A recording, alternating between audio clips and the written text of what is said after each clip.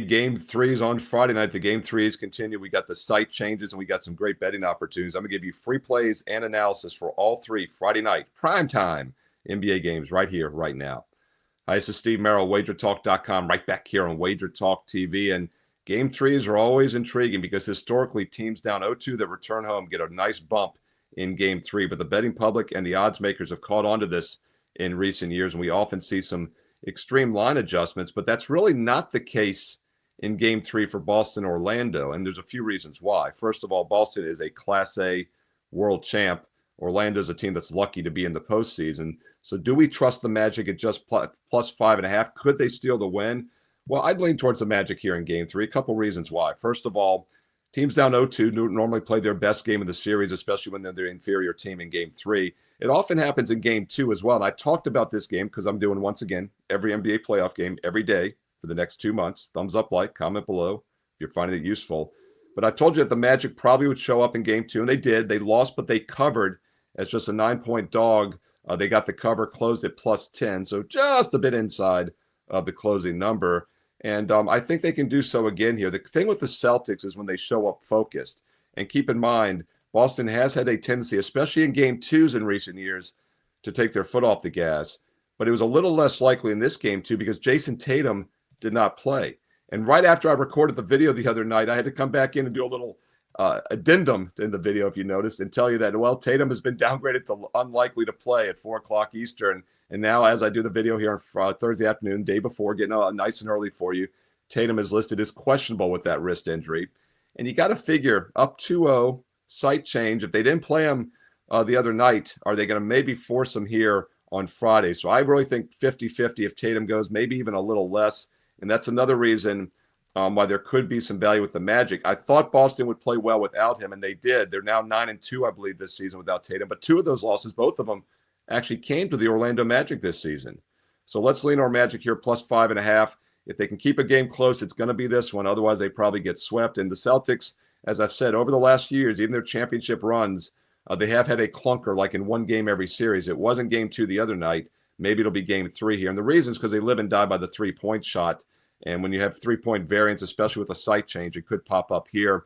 Something else I'll point out is that Celtics had a 15-point lead. Magic never led by more than 1. So the 9-point lead was the 9-point win was about as good as Magic could have hoped for. But I think they play solid here in game 3 on Friday night. That's your early game at 7 o'clock Eastern on ESPN. And by the way, player props are very tricky in this one for Boston because we don't know the status of Tatum right now. And that makes such a difference if other guys get to step up and get more shots and more attempts. Orlando, it's going to be carried by Banchero and Wagner. They had 57 points combined the other night in game 1. All right, we're going to switch now to game number 3 for Indiana-Milwaukee. This one at 8 o'clock Eastern, and it's on NBA TV and ESPNU. They keep sweeping the Pacers and the Bucks under the rug. This one, NBA TV and ESPNU, if you want to watch it on that network, 8 o'clock Eastern. And this zigzag series should continue to work. I mentioned it in game 2, and I think once again the zigzag works here. At least maybe not so much so with the Bucks in this one. I mentioned the zigzag in games 1 and 2. It didn't work in game 2 as they got the outright loss by 8. Indiana's covered both, but I think the zigzag starts to work here now back at home. And this is another one of those teams down 0-2, quality team at home that should get the bump. But once again, the odds makers in the betting market are really onto this. This one, we have seen an adjustment of the line. We look, Milwaukee was a, 6-point dog actually in game 1, 4.5-point dog in game 2. Now they're a 5 to 5.5-point favorite in game 3. So you are definitely paying a premium to back the Bucks, say that 5 times, in this bounce back situation. But if history is any indicator, decent teams at home down 0-2, especially favorites, do well in game 3. Now, another angle that the odds makers of betting public have caught on to is that these teams often do extremely well in the first half. And if you look at the first half line in this game, you'll see it's -4, 4.5. So it's almost the same as the full game, but I don't disagree. Bucks first half, Bucks full game would be the way to play it. Pacers are a very good offensive team, though, so it's going to probably have to be high scoring again. Game 1 stayed under, but game 2 soared over the total, 238 points. Total was 228.5 for that one. And now the adjusted line for game number 3 after that high-scoring game 2 has been bumped up. First half, by the way, is 113.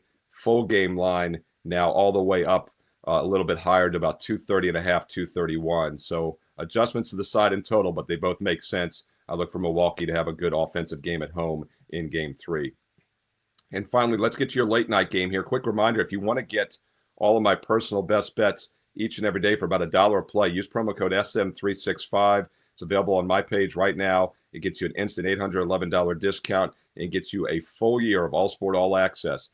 The rest of the NBA playoffs, all of next year's regular season into the playoffs, all of next year's college basketball, all of next year's college and pro football seasons, and the rest of this baseball and some of next year as well. A true 365-day all access for about $1 a play with promo code SM365. And get to my page quicker with that shortcut you see on your screen, wt.buzz/SM. All right, let's look at the late night game for you. This was another ESPN game at 9:30 Eastern. Lakers, Timberwolves, and this one, should the zigzag continue to work? Well, I think it probably does. Two evenly matched teams here, and we talk about the zigzag. If you're new to sports betting, by the way, zigzag is just playing the opposite result of the previous game, whether it's side or total.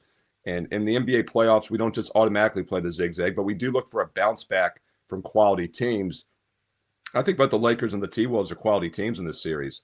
Lakers came out strong in game 1 in the first quarter, and they got blown out after that. They bounced back as expected with a solid showing at home in game 2.